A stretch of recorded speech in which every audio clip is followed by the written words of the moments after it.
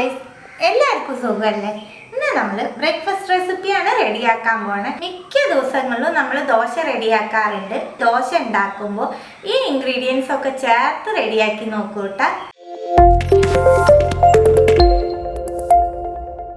അരി കുതിർത്താനായിട്ട് ഓരോ ഇൻഗ്രീഡിയൻസും നമുക്ക് ബൗളിൽ ചേർത്ത് കൊടുക്കാം. 1/2 കപ്പ് പച്ചരി, 1/2 കപ്പ് ഇഡ്ഡലി അരി, 1 ടേബിൾ സ്പൂൺ ജവ്വരി, 2 ടേബിൾ സ്പൂൺ കടലപ്പരിപ്പ്, 2 ടേബിൾ സ്പൂൺ തോരപ്പരിപ്പ്, 1 ടേബിൾ സ്പൂൺ ചെറുപയർ പരിപ്പ്, 1 ടേബിൾ സ്പൂൺ ഉഴുന്ന്, 1/4 ടീസ്പൂൺ ഉലുവ. ഇതെല്ലാം നമുക്ക് കഴുകി എടുത്തിട്ട് വരാം. എല്ലാ ഇൻഗ്രീഡിയൻസും കഴുകി എടുത്തിട്ടുണ്ട്. ഇനി നമുക്കിത് 4 മണിക്കൂർ കുതിർത്താനായിട്ട് മാറ്റി വയ്ക്കാം. 4 മണിക്കൂർ കുതിർത്തിയ അരി നമുക്ക് അരച്ചെടുക്കാം. 2 ട്രിപ്പായിട്ട് ആവശ്യത്തിന് വെള്ളം ചേർത്ത് ദോശമാവിന്റെ പാകത്തിന് അരച്ചെടുത്തിട്ട് വരാം.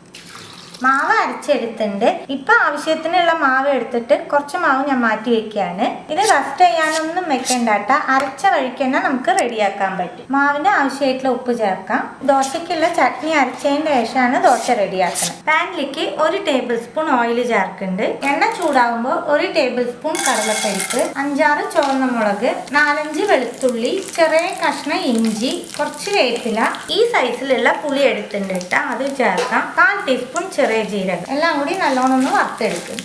കടലപ്പരിപ്പും മുളകൊക്കെ നല്ലോണം വറുത്ത് കിട്ടിയതിന് ശേഷം ഇതിലേക്ക് 1 ടേബിൾ സ്പൂൺ ചെറിയ നാളികേരം ചേർക്കാം. നാളികേരം ചേർത്ത് ഒരുപാട് നേരം ഒന്ന് മിക്സ് ചെയ്യണ്ട. ഒന്ന് ചൂടാവുമ്പോൾ തന്നെ ഫ്ലെയിം ഓഫാക്കാം. നാളികേരം നല്ലോണം ചൂടായി. ഫ്ലെയിം ഓഫാക്കിയിട്ട് ഈ മിക്സ് ഒന്ന് തണുക്കാനായിട്ട് മാറ്റി വയ്ക്കാം. ചട്നിക്ക് ആവശ്യമായിട്ടുള്ള ഉപ്പ് ചേർക്കുന്നുണ്ട്.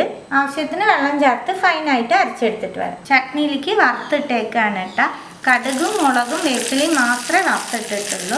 അതേ പാനിലേക്ക് തന്നെ 1 ടേബിൾ സ്പൂൺ ഓയിൽ ചേർക്കുന്നുണ്ട്. നമുക്ക് ദോശയ്ക്ക് സവാളയും ക്യാരറ്റും ഒക്കെ ഒന്ന് വാട്ടിയെടുക്കാനുണ്ട്. എണ്ണ ചൂടാകുമ്പോൾ 1/2 ടീസ്പൂൺ കടുക്, 1/4 ടീസ്പൂൺ ചെറിയ ജീരകം, 1/4 ടീസ്പൂൺ കായ്പ്പൊടി, ചെറിയ കഷ്ണം ഇഞ്ചി ഒന്ന് മിക്സ് ചെയ്ത് കൊടുക്കുക. 1 സവാള നീളനെ മുറിച്ചത്, 1 പച്ചമുളക്, കുറച്ച് വേപ്പില, 1 ക്യാരറ്റും സവാളയും ഒന്ന് സോഫ്റ്റ് ആക്കി എടുക്കാം. സവാളയും ക്യാരറ്റും സോഫ്റ്റ് ആകുമ്പോൾ ഇതിലേക്ക് 1/4 ടീസ്പൂൺ മഞ്ഞൾപ്പൊടി, 1 ടീസ്പൂൺ മുളക് പൊടി മിക്സ് ചെയ്ത് കൊടുത്ത് മുളക് പൊടിയുടെ പച്ചമണം പോണ വരെ കുക്ക് ചെയ്തെടുക്കാം. അപ്പോൾ മിക്സ് റെഡി ആയിട്ട് ഫ്ലെയിം ഓഫ് ആക്കിയിട്ട് ഇത് മാവിലേക്ക് ചേർത്ത് കൊടുക്കാം. ചൂടോടുകൂടി തന്നെ ചേർക്കണേ. എല്ലാം മിക്സ് ചെയ്യുന്നുണ്ട്. മാവ് നല്ല തിക്കായിട്ടുണ്ട് കേട്ടോ. ഒരു 1/4 കപ്പ് വെള്ളം ആഡ് ചെയ്യാം. ഒന്ന് മിക്സ് ചെയ്ത് കൊടുത്തിട്ട് നോക്കിയിട്ട് വേണമെങ്കിൽ വെള്ളം ചേർത്താൽ മതി. ഇതിലേക്ക് കുറച്ച് നാളികേരക്കൊത്ത് ചേർക്കുന്നുണ്ട്. നാളികേരക്കൊത്തിന് പകരം നാളികേര ചരുകിയത് വേണമെങ്കിൽ ചേർക്കാം. കുറച്ച് മല്ലിയില, ഒന്നും കൂടി ഒന്ന് മിക്സ് ചെയ്യാം. ഒരുപാട് തിക്കും അല്ല, എന്നാൽ ഒരുപാട് ലൂസും അല്ല, ആ രീതിയിൽ എടുത്താൽ മതി. നമുക്ക് ദോശ റെഡിയാക്കാം.